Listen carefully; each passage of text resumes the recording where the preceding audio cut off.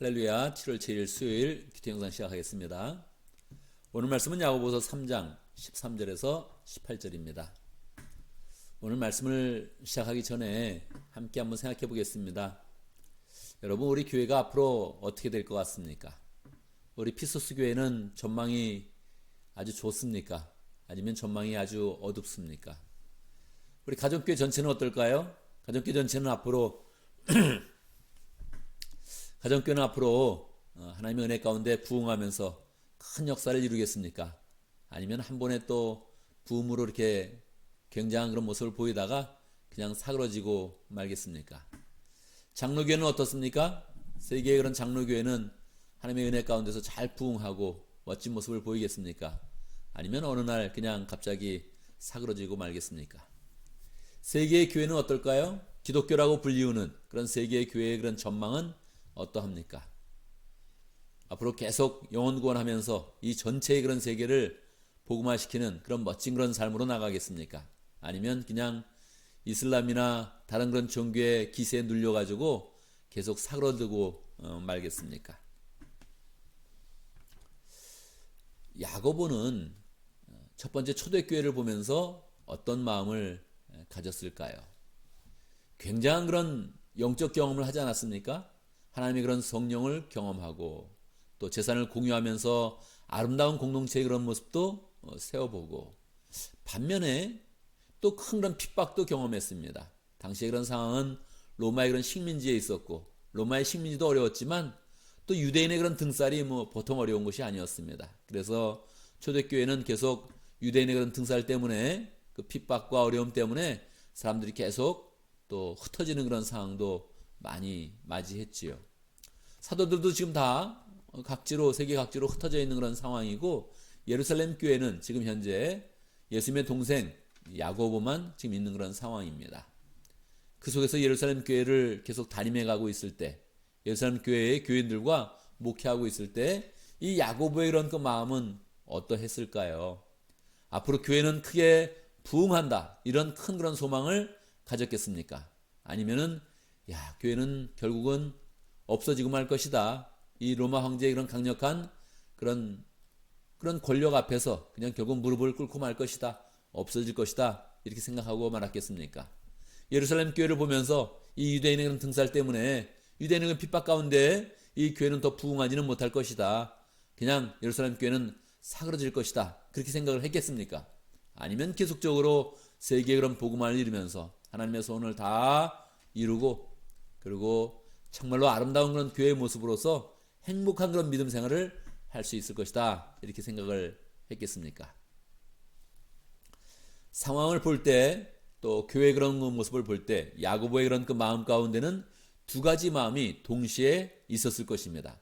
우리는 분명히 잘 된다, 이미 성령을 경험했고 예수님의 그런 은혜가 있고 예수님의 능력이 있고 부활의 그런 능력 가운데 우리는 계속 사람들을 변화시키고 복음화시킬 것이고 교회는 강력하게 세워질 것이다, 그런 확신이 있었겠지요. 그러나 상황을 볼 때마다 과연 교회가 잘 될 것인가? 사실 예루살렘 교회는 교회당을 가진 적이 없습니다. 당시에 그런 상황을 보여주는 그런 영화들을 보면 그들은 교회에 있지 않았고 예루살렘 성 바깥에 뜰 가운데 천막을 치면서 교회를 이루고 있었습니다. 그러니 교회당 하나도 없고, 또 삶의 그런 구성원들도 그렇고, 또 여러 그런 그 상황 가운데서도 교회는 정말 잘 돼갈 것인가, 그런 의구심을 많이 가지고 있었을 것입니다. 그러니까 상황과 그 현재 그런 그 믿음의 그런 기쁨과 은혜 가운데서 계속 갈등을 했었겠지요. 그런데 우리의 그런 상황 가운데서 한번 보면, 여러분 그렇지 않습니까? 우리 안에는 그 당시와 비교한다면 우리는 핍박이 없지 않습니까? 그죠? 로마 황제가 권력을 가지고 나를 신으로 섬겨라, 그렇게 위협하는 그런 경우도 없는 것이고요. 우리가 권세 앞에 갑자기 우리가 교회가 큰 그런 위기를 당했다, 그런 경우도 지금 현재 없습니다. 핍박도 없고 권력 앞에 우리의 그런 그 존재가 굉장히 어려워지는 그런 경우도 별로 없지요. 교리가 흔들리는 것도 아니고, 우리 가운데 이거 교회가 위기다, 뭐 그런 경우가 별로 없습니다. 그럼에도 불구하고 우리의 그런 그 마음 가운데는 교회가 잘 될 것이다 그렇게 100% 확신할 수 없는 것이죠. 무엇 때문에 그렇습니까? 무엇 때문에 그렇습니까, 여러분? 그것은 우리의 믿음의 그런 현실 때문에 그런 것입니다. 그냥 우리의 모습이에요. 우리 자신의 모습이에요. 우리 교인의 그런 그 모습이에요. 우리 교회가 잘 될 거냐? 어떻게 잘 되겠어요? 교인들이 다 기쁨으로 믿음 생활하고 모이면 반갑고 서로 믿음의 그런 가족이 되고 서로 만나면 격려하고 그러면 이 마음 가운데 소망이 막 불타오르겠죠. 그런데 만나 보니 뭐 별것도 없고 뭐 사랑하는 것 마음도 식어서 그냥 만나면 뭐 그냥 뭐 그렇고 서로 관심 갖는 것도 별로 없고 그러면 우리가 가진 그런 교리와 하나님이 주시는 은혜와 능력이 확실한 것 같아도 우리의 그런 삶 가운데 앞으로 미래를 이렇게 소망하기는 어려울 것입니다. 그러니 지금 야고보 사도가 하고 있는 그런 이야기는 무엇입니까? 살아있는 그런 믿음을 가져라. 믿음은 행동으로 보여라. 말로만 믿는다고 하지 말고 위선적으로 보이지 말고 그냥 실제로 하나님을 잘 믿는 공동체를 함께 세워가자. 이런 그 마음을 갖는 것입니다. 그러니 사실은 야고보가 당시에 로마의 그런 그 핍박이나 그런 황제의 그런 그 권력이나 이런 것을 언급하지 않는다는 것은 굉장히 우리에게 의외입니다. 야고보도 교회의 그런 미래를 생각을 했을 때는 환경을 보진 않았구나. 사실은 교회 안의 모습을 보았구나 하는 것을 명확히 알 수 있습니다. 오늘 야고보는 우리의 그런 삶 속에 있는 두 가지의 그런 문제, 시기와 경쟁심에 대한 그 문제를 이야기하고 있습니다. 14절, 여러분의 마음속에 지독한 시기심과 경쟁심이 있으면 자랑하지 말고 진리를 거슬려 속이지 마십시오. 그렇게 이야기하고 있습니다. 근데 여러분 생각해 보세요. 지독한 그런 시기심을 가진 사람, 경쟁심을 가진 사람, 이런 사람들을 나쁜 사람이다, 죄인이다, 이거 완전 이방인이다, 그렇게 이야기하지 않는 것입니다. 뭐라고 얘기합니까? 여러분은 그렇게 합니다. 여러분의 마음속에 13절 여러분 가운데, 그러니까 13절에서는 지혜 있고 이해력 있는 사람이 누구입니까? 그래서 우리 가운데 지혜 있고 믿음에 있는 그런 사람, 지혜 있고 이해력 있는 그런 사람을 찾는데 그 반면에 시기가 있고 경쟁심이 있고 진리를 거스리는 그런 사람이 있어도 그 사람을 내쳐서 딱 잘라내서 이 사람들 나쁜 사람이다 그렇게 이야기하는 것이 아니라 한 교회로 흩어진 12지파의 그런 사람으로 지금 이야기하고 있는 것입니다. 그러니까 항상 초대교회나 지금이나 교회의 그런 위기는 바깥에 있지 않습니다. 바깥에 핍박에 있지 않습니다.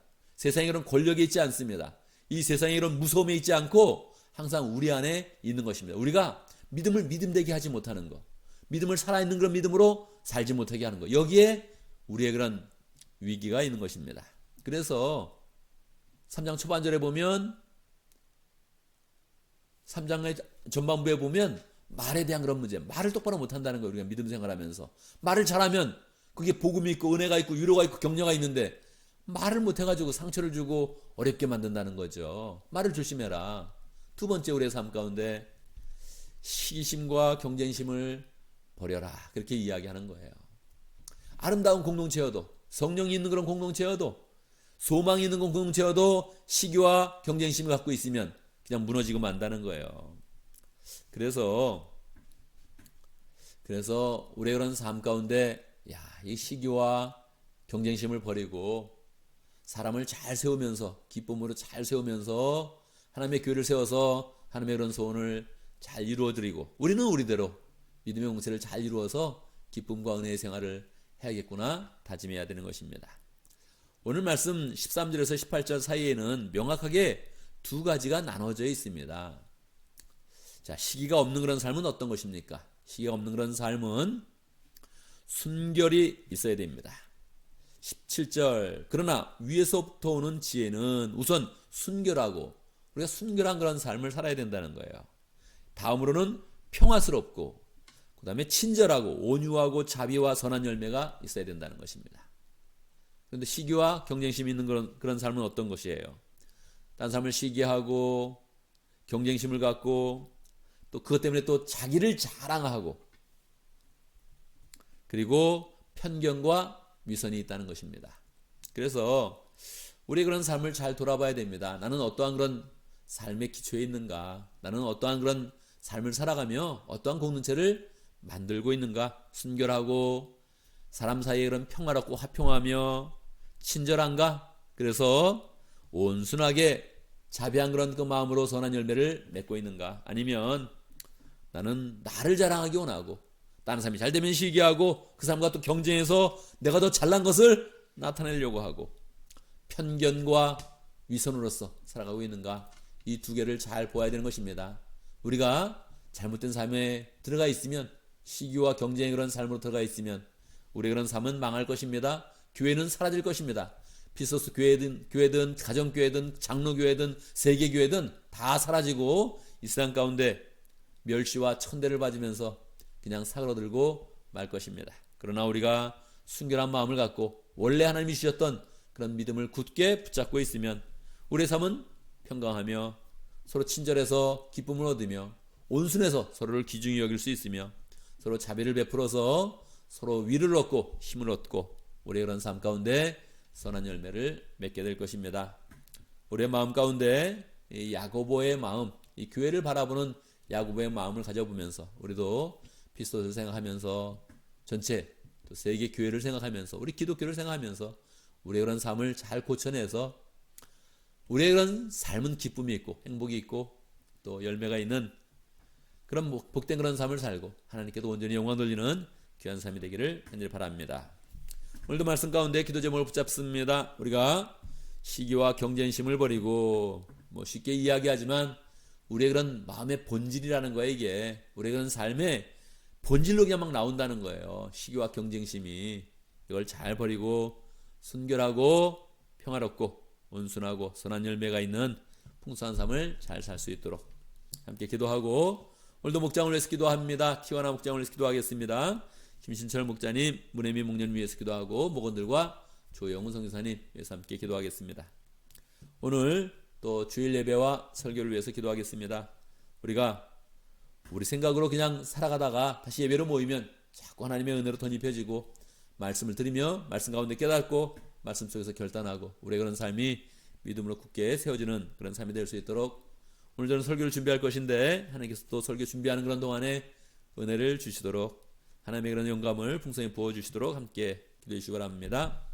제가 먼저 기도하고 함께 기도하는 시간 갖도록 하겠습니다. 기도합니다.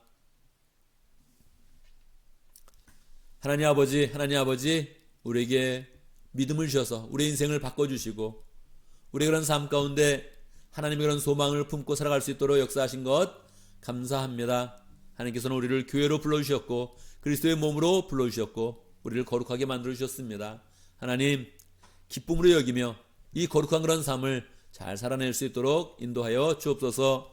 우리가 옛 본성을 그대로 가지고 시기하며 경쟁하며 지독한 그런 시기심으로 다른 형제를 바라보고 자매를 바라본다면 하나님 아버지 우리의 그런 삶은 무너지고 교회도 무너질 것입니다.